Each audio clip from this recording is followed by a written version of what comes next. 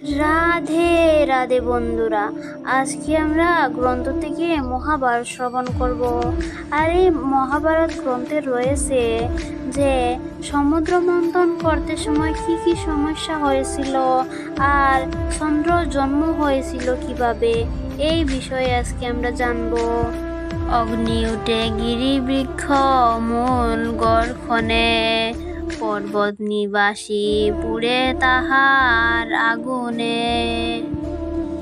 অর্থাৎ সমুদ্র মন্থন করার সময় সেই মন্থন দণ্ড হিসেবে ব্যবহার করা মন্দার পর্বতটিকে বারবার ঘুরানোর ফলে পর্বত স্থির গাছ ফালানোর মূল থেকে আগুন জ্বলে উঠল। আর সেই আগুন পর্বতবাসী জীবজন্তুরা পুড়ে যেতে শুরু করলো। দেখিয়া করিল দয়া দেব পুরন্দর, আজ্ঞায় বরিশে মেঘ পর্বত উপর। অর্থাৎ এই যে পর্বতবাসীরা পুড়ে থাকা অবস্থা দেখিয়া, এই ভয়াবহ দৃশ্য দেখিয়া দেবরাজ ইন্দ্র দয়া করলেন এবং তার আদেশ অনুসারে মেঘেরা এই পর্বতের উপর বৃষ্টিপাত ঘটালো। নির্বাণ হইল অগ্নি জল বরিশনে, ঔষধের বৃক্ষ যত মরিল গর্খনে। অর্থাৎ বৃষ্টির জল পড়ার ফলে আগুন নিভে গেল এবং তবে মন্থনের ভীষণ গর্খনে এই পর্বতের উপরিভাগর মূল্যবান ঔষধির গাছ নষ্ট হয়ে গেল। তাহাতে যতে কর সমুদ্রে পড়িল, তার স্পর্শে জলজীব জীবন পাইল।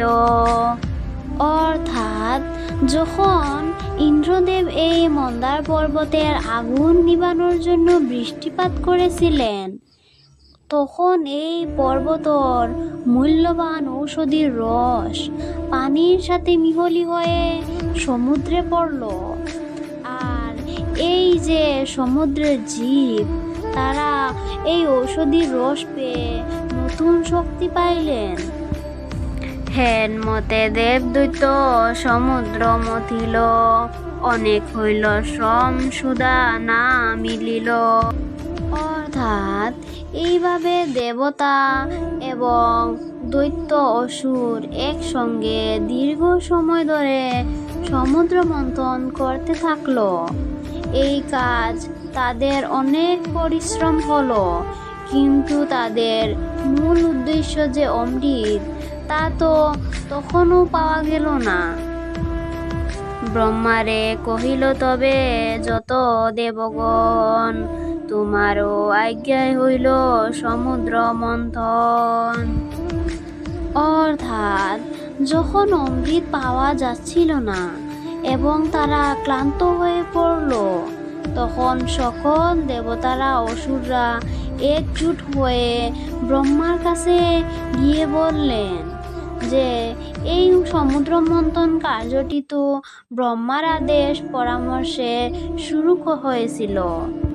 অমৃত না উঠে হইল পরিশ্রম সবার, পুনত মতিবা শক্তি নাহি সবাকার।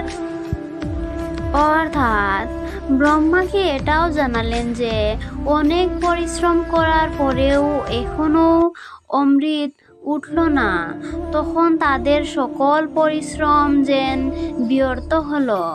এই কারণে দেবতারা ও অসুররা আর কারোরই পুনরায় মন্থন করার মতো শক্তি ছিল না। এত শুনি ব্রহ্মা নিবেদিল নারায়ণে, অশক্ত হইল সবে সমুদ্র মন্থনে।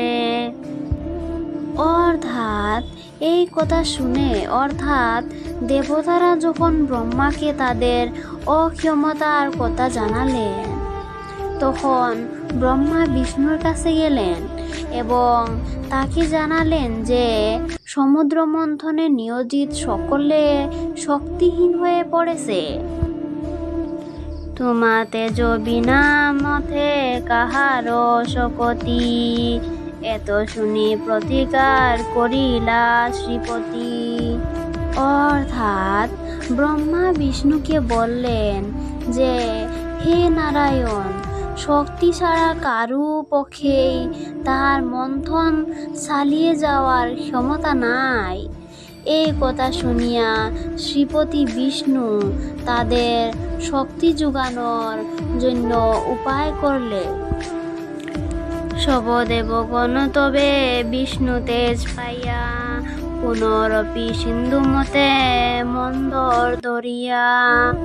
অর্থাৎ তখন সমস্ত দেবগণ এবং অসুরগণ বিষ্ণুর শক্তি লাভ করে মন্দর পর্বতকে মন্থন দণ্ড হিসাবে ধরিয়া আবার সমুদ্র মন্থন করতে শুরু করলো। হেন মতে দেবাসুর মথন করিতে, দ্বিজরাজ জন্ম তবে হইল আচম্বিতে। অর্থাৎ এই ধরনের ভাবে তখন দেবতারা ও অসুররা মন্থন করেছিল। তখন হঠাৎ চন্দ্রের জন্ম হইল। 2 লক্ষ যোজনে করিল স্থিতি ব্যোম, দর্শনে অখিল জনের হইল তৃপ্তি। অর্থাৎ এই চন্দ্রের নাম সোম, যিনি 16টি কলায় পূর্ণ এবং অমৃতের অধিকারী। তিনি আকাশে 2 লক্ষ যোজন দূরে স্থান গ্রহণ করলেন।